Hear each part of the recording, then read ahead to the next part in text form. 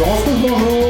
Bonjour Eric. Alors on rappelle que vous êtes présidente, avant vous étiez vice-présidente, Ouais. maintenant vous êtes présidente du Spectrum du Cantoral, on s'occupe de tri de déchets, ce qui va nous occuper. Donc on souhaitait faire un petit bilan et des perspectives pour 2019. On est au début d'année, donc c'est la période des vœux.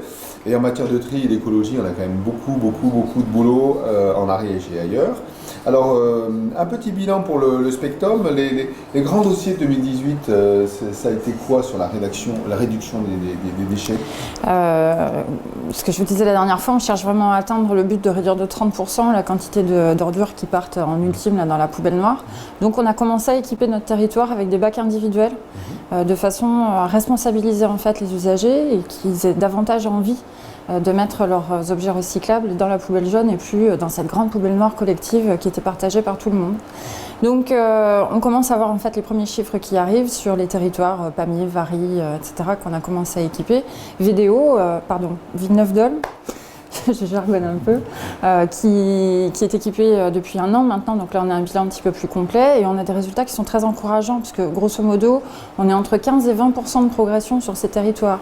Pamiers, c'est 15% de progression avec juste une analyse sur 6 mois seulement.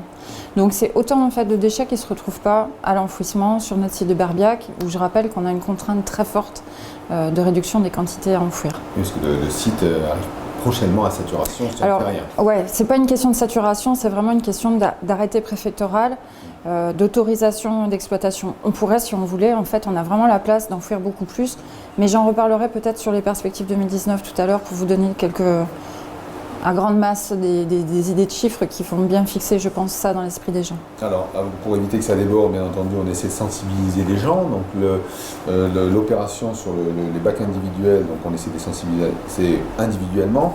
Vous avez quand même mis en place des opérations collectives pour sensibiliser aussi bien les grands que les petits, il me semble. C'est ça. Et c'est vrai qu'on a visé beaucoup les petits, en fait, dans une opération qui s'est déroulée sur 8 semaines, qui était le grand défi, avec 8 thèmes, 8 thématiques vraiment liées sur les déchets. Chaque semaine avait son défi. On est passé par les écoles, mais au final, ça nous a permis de recruter 120 familles. Et ça s'est terminé avec la distribution de bacs individuels qui avaient été tagués par des artistes, des street artistes ariégeois, parmi lesquels Odule et compagnie. Enfin, vous avez peut-être vu les photos de ces bacs sur notre page Facebook, puisque ça, c'est une nouveauté aussi cette année. Cette page qui était à la base dédiée uniquement aux grands défis a maintenant été convertie et pourra servir à toutes nos opérations de pédagogie, de sensibilisation. Alors, en fait, on vous voit, c'est vrai, souvent sur les réseaux sociaux. Et parfois, je vous vois baisser les bras sur l'immense tâche par rapport à tous ces déchets qui occupent la planète. L'Ariège, bon, on est un tout petit pays par rapport à l'ensemble de la planète. Est-ce qu'on n'a pas les boules? Je veux dire clairement, parce que je revois une petite photo d'une équipe de Mirepoix qui était avec des gilets jaunes, mais qui nettoyait et on était beaucoup moins nombreux qu'autour des ronds-points. Alors, est-ce qu'il y a des priorités? On voit qu'il y a des priorités quand même dans la vie. Est-ce que les déchets, l'écologie sont encore prioritaires? Alors, c'est assez contradictoire parce que là, effectivement, vous faites en fait allusion à ce samedi où nous sommes allés les uns et les autres, nous à Foix, vous à Mirepoix et d'autres ailleurs. Ouais, le World Clean Up Day, où on est allé ramasser des tonnes de déchets qui avaient été abandonnés dans la nature, clairement. C'est en réalité une toute petite proportion de la population qui a de très très mauvais comportements. Juste sur la route pour venir de Pamiers à ici, je me suis énervée 3 ou 4 fois en voyant des abandons de sacs. Enfin, qu'est-ce qui peut traverser la tête d'une personne pour aller jeter ses sacs poubelles au bord de la route plutôt que de les mettre dans sa poubelle? Moi, j'ai du mal à comprendre. On voit encore des cendriers de voitures qui sont régulièrement... Oui. Le mégot qui passe par-dessus bord. Enfin bon, faut-il rappeler que le mégot est le 3e déchet ramassé sur les plages du monde entier? Oui, apparemment, c'est encore nécessaire de le dire. Je rappelle que la plage, ça commence... Vous savez, la bouche d'égout, là, en fonte? Voilà, c'est le début de la plage, ça. On est d'accord? Alors, oui, la mobilisation n'est peut-être pas aussi forte, effectivement, pour le World Clean Up Day que pour les mouvements qu'on peut voir actuellement, mais je rappelle qu'on vient de dépasser les 2 millions de signataires pour une action quand même en justice contre l'inaction de l'État en matière climatique. Donc au final, on a quand même des citoyens, des citoyennes qui sont bien conscients des enjeux actuels. Les déchets font partie du problème climatique, il faut le rappeler quand même. Les déchets sont le symptôme de toute une chaîne en fait qui commence à l'extraction des matières, la production d'un produit, une économie hyper linéaire comme ça où on ne fait que extraire, produire, consommer, gaspiller, jeter et on recommence, alors qu'on sait qu'on a des ressources qui sont limitées, tant en matières premières qu'en eau, en énergie, et qu'on a des poubelles qui débordent partout dans le monde, des océans qui aujourd'hui sont bientôt plus remplis de plastique que de poissons. C'est nous qui les mangeons, les poissons. Hein. Alors donc, on va revenir sur notre petit niveau. Notre petit coin du monde, oui. C'est vrai que le SMECTOP, vous êtes en bout de chaîne, on n'est plus sur la décision de ne pas produire de déchets. On sait que le meilleur déchet, c'est celui qu'on ne produit pas. Là, votre boulot, c'est quand même de retraiter et de limiter la casse, entre guillemets. Donc, quels sont les projets pour 2019 pour améliorer les choses? Parce qu'on doit améliorer les choses. C'est clair, continuer à réduire en fait les déchets. Donc notre grande opération, ce qui a été remporté l'année dernière, j'ai peut-être pas eu l'occasion de vous le dire l'année dernière, mais vous saviez qu'on avait répondu à un appel à projet sur la tarification incitative. Nous avons remporté cet appel à projet, nous avons décroché 1 million d'euros pour financer l'opération. C'est le plus gros dossier qui a été déposé en France, donc c'est vrai qu'on est un tout petit coin du monde.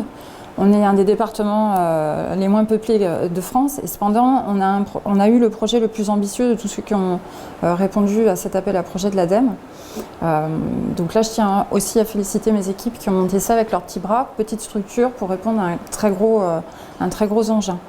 Le calendrier des opérations, en fait, on va travailler là sur le premier semestre en fait, à concevoir ce qu'on va devoir ensuite soumettre à l'avis de la population, puisqu'il y a une concertation qui est prévue sur la fin d'année, novembre-décembre en gros, 2019. C'est vraiment une concertation éclairée avec nos usagers, nos usagères et les citoyens et les collectivités, les adhérents, enfin vraiment tout le monde en fait. De façon à ce qu'on puisse s'orienter en cohérence avec les choix de tout le monde, que chacun soit bien conscient des impacts des différentes solutions qui peuvent être mises en œuvre. Voilà. Donc ça c'est vraiment le gros projet qui va nous occuper pour ce qui est de l'aspect un peu collecte. Parallèlement, on met en œuvre l'extension des consignes de tri au centre de tri, donc ce qui revient en bon français, sans jargon, à pouvoir à terme dire à nos usagers: si c'est du plastique, vous ne cassez pas la tête, vous le mettez dans la poubelle jaune, ce qui est très loin d'être le cas aujourd'hui. Donc c'est pourquoi on a besoin... On simplifie le geste de tri. À chaque fois, hein, c'est prise de tête. Hein. Ouais. Donc pour simplifier ça, il faut quand même drôlement moderniser le centre de tri, rajouter des tas de chaînes, etc., y mettre quelques millions d'euros. Ça a été là aussi l'objet d'une bagarre sur la fin 2018 parce qu'on a en fait un plan régional des déchets qui va venir à se substituer à l'actuel plan départemental. Et dans la rédaction du projet, il était écrit en toutes lettres: aujourd'hui, il y a 27 centres de tri en Occitanie, mais vous savez quoi, vous allez en fermer 7 et on va garder que les plus gros. Des trucs super industriels, super modernes, avec très peu d'humains à l'intérieur, beaucoup de machines, beaucoup de tri optique, bon, très très bien. Nous, on l'a très mal vécu parce que ce soit les élus, les agents, et puis d'autres personnes qui sont sensibles à cet aspect. Je vais parler du conseil départemental parce que je rappelle qu'on est un centre de tri qui est une entreprise d'insertion. 2018 par exemple, c'est 68 personnes qu'on a accompagnées. C'est 60% de personnes qu'on sort définitivement en fait, du système RSA, donc globalement de la précarité. C'est important pour le conseil départemental aussi. Hein. Ce qui fait qu'au final, on a mené une bataille, alors je dirais tant dans les COPIL, vous savez, les comités de pilotage ou des grandes assemblées d'élus qui se rassemblent pour rédiger ce futur projet, où on n'avait pas réussi à faire supprimer cette ligne. Moi, je suis allée rencontrer la vice-présidente de la région en charge de l'environnement. On est allé également rencontrer les techniciens du conseil régional sur le sujet. Ma vice-présidente mirapicienne, Simone Verdier, qui a beaucoup suivi ce dossier, qui s'est bagarrée comme une lionne sur le sujet vraiment à chaque occasion. Le conseil départemental qui a rédigé un avis également sur le plan régional qui va tout à fait dans ce sens. Et au final, j'ai appris pas plus tard qu'hier par notre conseillère régionale, Cathy Versinger, que cette ligne avait été supprimée du futur plan régional. Donc, ouf, parce que nous tenons vraiment, et je vais le redire tout à l'heure au vœu du centre de tri, nous tenons vraiment à conserver notre centre de tri en insertion, dans le giron du public et en Ariège, pas, pardon pour l'expression, mais à Pétaouchnok, encore une fois, de l'autre côté de l'Occitanie. Ok, donc on a gardé notre centre de tri, en même temps ça permet de responsabiliser les Ariégeois. Hein, bien sûr. Envoyer ces déchets par camion entier ailleurs, on ne sait où, c'est quand même pas forcément la solution. Dernier petit détail, donc pour 2019, on souhaite quoi aux Ariégeois?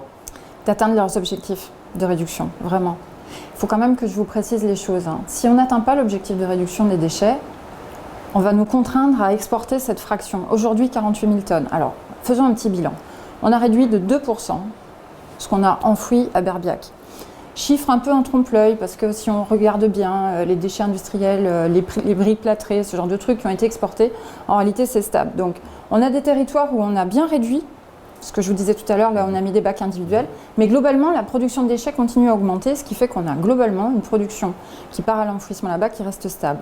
48 000 tonnes, 31 décembre 2019, on doit être arrivé à 33 000 tonnes. Wow. Ces 15 000 tonnes, l'arrêté préfectoral prévoit qu'on nous impose de ne plus les enfouir. On ne nous laissera plus les faire rentrer sur le site de Berbiac. En Argent, Senan et Trébuchant, ça se traduit comment? Ça se traduit par 15 000 tonnes qui, au lieu d'être enfouies à 68 € la tonne en Ariège, à Berbiac, sur un site avec un bioréacteur tout à fait éco-responsable, on va nous imposer d'aller l'enfouir à 125 km d'ici, sur un site géré par des deniers privés, pour la modique somme de 150 € la tonne. Le double. Le double. Allez. Pardon, mais moi j'ai la sensation qu'on marche sur la tête, quoi. Donc on travaille dur pour atteindre nos objectifs de réduction, mais on ne pourra pas les atteindre si on nous prive des moyens à mettre en œuvre pour moderniser notre centre de tri, faire les opérations de communication, le recrutement des personnes qui sont nécessaires pour aller faire de la pédagogie sur le terrain. Si tout cet argent part et dans l'achat de débitmètres imposés au dernier moment par les douanes pour équiper notre site ou pour aller engraisser, mais engraisser une entreprise privée très loin d'ici plutôt que d'utiliser un site sur lequel on a déjà investi des millions d'euros, on n'y arrivera pas, quoi. Et il faut vraiment que chacun contribue à nous aider à atteindre quand même cet objectif de réduction, parce qu'on ne sera crédible que si on a vraiment mis en œuvre tout ça et si on atteint cet objectif de 33 000 tonnes à terme. Et encore beaucoup moins d'ici 2025, donc il faut y aller, quoi.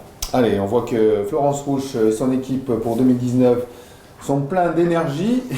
Le combat n'est pas gagné, mais... C'est pas gagné d'avance, mais on ne va pas lâcher. Voilà, vous n'avez pas lâché le morceau. Non. Merci beaucoup. Merci à vous.